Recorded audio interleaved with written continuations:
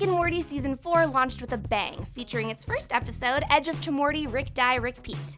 If you're a diehard fan like me, I'm sure you've already watched it like 4 times to try to catch all the different ways Morty suffers a gruesome death at the hands of Rick, his school bully, space aliens, and more. In the show's companion podcast, director Erica Hayes said that roughly 40 death scenes got into the final cut of the episode, so I hunted them down and found a little bit more than what she estimated. So, in case you didn't quite catch a couple of Morty deaths, I'm Whitney Van Lanningham, and these are all of Rick and Morty's horrible deaths in the Season 4 premiere. Before we get started, I want to thank all of our Patreon supporters, especially Super Nerd sponsor of the day, John Carmack. If you want to join John in supporting Nerdwire, while also getting sweet behind-the-scenes perks, check out our Patreon link in the description box below. Also, can I call attention to this amazing Simple Rick shirt from TeePublic? If you want to be twinsies, click the link in the description box to check out Nerdwire's TeePublic curated storefront. Now on to Rick and Morty!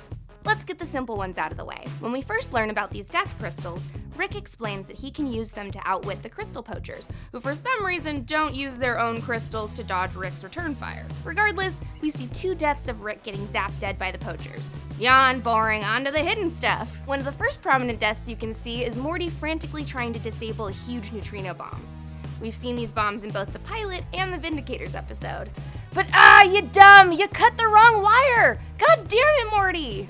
And here's a middle-aged Morty taking a drag from his cigarette and then promptly pooping himself into a heart attack. While we're on the subject, and probably the most embarrassing self-inflicted death imaginable, Morty accidentally flushes himself down the toilet inside a spaceship, which promptly launches him into space. Speaking of Morty's life going down the toilet, an alternate middle-aged Morty death includes what looks like him overdosing in the presence of a lady of the night.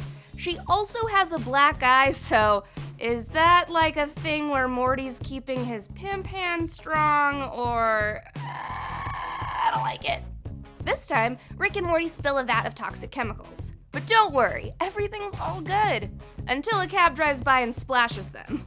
Instead of turning into the Toxic Avenger, their skin melts off and they die rotting in chemicals. Gross. Oh hey, it's Pickle Rick! And now he's being eaten by a dog. Woof. The next one is kinda confusing, so maybe you can help me out. This scene shows a presumably college-aged Morty going through a weird mustache phase. He's lurking outside of the kitchen at what appears to be a house party. He takes a sip from a red Solo cup and immediately starts choking while 2 girls make out in the room behind him. I have no idea what this one is supposed to mean, so you tell me how you think Morty got here. Oof, here's the classic decapitation by elevator death. What, does this dimension not have automatic sensors on the doors so that you physically cannot do that to yourself? Is it the 19th century in this world? Apparently, the late 1880s were filled to the brim with elevator decapitations, so maybe this is a time-traveling through line. In this one, Rick and Morty fall to their deaths from a portal hole onto a bed of sharp rocks. Their bodies are immediately impaled. Fun! Here's one where Rick is burned at the stake. Honestly, this one doesn't surprise me. At least one of the civilizations out there in the infinite cosmos probably thinks his science powers are witchcraft. Geez, Morty, how dumb do you have to be to eat poisonous berries that cause head explosions? And sure, I have no idea what led you to this level of blind hunger, but have you read Into the Wild? Alexander Supertramp might still be alive and roaming the Alaskan wilderness today if he hadn't eaten that handful of poisonous berries one winter. Heat up some pizza rolls or something, damn. And speaking of eating, chew your food, Morty. Masticate a little. That way, when a Greeby Bob invites you over for spaghetti, you won't choke out like a little bitch in front of him. He's probably the last of his race. The Greeby Bob's planet, Parblesnops, was destroyed by the Cromulans during the Planet Music reality show. Show some respect. Remember that horrific scene in Final Destination where the giant tree trunk smashes through that guy's windshield? Yeah, apparently in this universe, Morty suffers the same fate. I wonder if it's because he's using these crystals to cheat death and fate is out to settle the score. In this one, Rick and Morty decide to go out in the style of Thelma and Louise, soaring off a cliff in a convertible like 2 old biddies with nothing to live for. Oh, okay, this one looks kinda nice. Morty's just playing with some Russian nesting dolls. What's inside? Another doll? What's inside that doll? A smaller doll? Oh, this is so nice! Oh wait, that's a grenade. Oh no. This one is a little weird because it's definitely supposed to be a parody of a magician's knife-throwing trick. But why is Rick dressed like Gandalf? Magicians aren't wizards, dude. They're like the Walmart version of wizards. Also, if you know how to crack the magician's knife throwing code, spill that tea in the comments. And by far the most boring way to die, here Morty gets hit by a truck because he's walking in the road distracted by his cell phone. That feels like such a Jerry way to die. And speaking of Jerry, the truck Morty gets hit by brandishes the logo of the Servine Institute, that fake deer hospital Jerry made up in the season 2 premiere to save the deer that he and Beth hit with their car. I am dying to know how Morty got himself into this situation. It looks like an alien Anubis priest and an evil robot are trying to fry Morty in the electric chair. What did he do to them? Why are there ancient Egyptians in space? This is one of my favorite Rick and Morty deaths because the garbage compactor on the detention level scene is my favorite part of A New Hope. Rick and Morty get trapped inside the trash compactor, only it looks like 3PO and R2 aren't around to save their skins this time. Remember that scene in Terminator 2 Judgment Day when Sarah Connor has a dream that her flesh, organs, and muscles painfully melt off her skeleton in a nuclear blast? That's basically what's happening to Morty right here. Not that I'm accusing Morty of being illiterate or anything, but since when would Morty die trying to reach a book on the top shelf at a library? Either it's research for Rick, or Morty really wants to find out how the Hunger Games end. Here we are trapped in another pop culture death scene, where this time Morty is taken out by the facehuggers from Alien. It looks like it even spawned out of Rick, judging by this death vision cut short when Rick had the crystal. What's better than fighting your clone to death? Fighting your robot clone to death! Sorry, man, but robot steel is thicker than human flesh. There was no way Rick was gonna get out of that one alive. Holy heck, this one has to be a hint at what's to come in season 4, right? Here, we see Roid Rage Squanchy in his final form, squanching the life out of Rick. That has to mean that the big bad Squanch is returning this season, right? Last time we saw Squanchy, he was fighting alongside Rick at Bird Person's wedding. What happens that turns these two bros against each other? Ooh, does this happen on the way to Atlantis?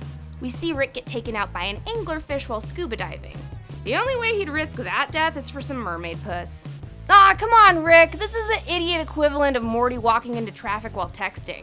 Just call an Uber. You're the smartest man in the multiverse and you don't use ride-sharing services when you're wasted? Come on. It looks like we might be heading back to Beth's childhood dream world sometime this season, because one future death has Morty getting torn apart by birds that look eerily like the inbred abominations of Fruipyland. Okay, someone with more advanced eye holes has to help me out with this one. How does Morty get that giant welt on his head? Is it from a coconut? A volleyball? It looks like something hits him, but the animation is so sneaky I can't tell exactly what it is. All I know is that super ruined his beach day. First of all, the only place I've ever seen a keyboard where the @ symbol is anywhere near the enter key is in other countries. Is it possible that Rick and Morty went international and got shrunk down? That already kind of happened last season in the finale, so I'd say there's definitely a chance. But either way, Morty fails epically at keyboard parkour, so maybe let's not revisit that scenario. Here we have Farmer Rick from the Citadel stabbing Morty with a pitchfork. Stop stealing his crops, Morty, Jesus! You can fight me about this later, but Return of the Jedi is hands down the best Star Wars movie, made obvious by the fact that one of Rick's deaths in this episode is at the hands of a couple of Ewoks and their giant swinging murder logs. The logs smash into his head like he's a goddamn at. I need help with this one too. Is that supposed to be a Demogorgon or more like Audrey 2? Either way, it's definitely gonna eat both Rick and Morty. This feels like a plot device in a Dwayne "The Rock" Johnson movie. Morty tries to jump from a building into a helicopter, but totally misses and gets annihilated by the blades. Idiot. Remember the giant telepathic spiders from that episode in season 2 where Rick and Morty travel into his car battery while Rick's spaceship guards Summer? Yeah, me either. I totally had to do a rewatch to get what this death was all about. This one is simple. Morty just dies of heat exhaustion in the middle of the desert. Get over it, Morty, it's called Los Angeles. Ask that Kirkland Meeseeks to give you a water bottle, you'll be fine. This episode wouldn't be nearly as fun without all of the various ways in which Morty's school bully could end up murdering him. If a dumb high school meanie could turn it into a weapon, it's fair game to use to kill Morty. He gets cracked over the head with a fire extinguisher, a mailbox, and even a dumpster. The bully also smashes Morty's head into the shower faucet, douses him in acid and melts him into a skeleton, stabs him in the throat with an American flag, smashes 2 bricks against his head until his eyeballs pop out, and decapitates him with a metal trash can. My favorite bully death, however, is the one where he pushes Morty down the stairs and then drops a piano on his corpse like a goddamn Looney Tune. The death that squidged me out the most was definitely the mutating Morty heads. Ugh, it looks like one of those microscope slides where you can see the cancer cells multiplying. I hate it. You ever see one of those Play-Doh meat grinders? Well, in this vision, Rick is the Play-Doh and he gets ground up into a star-shaped log.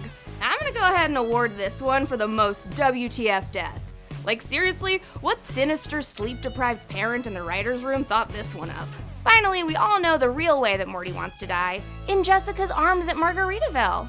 Fun fact, that's also how Chris and I are gonna die, so use that information how you need to.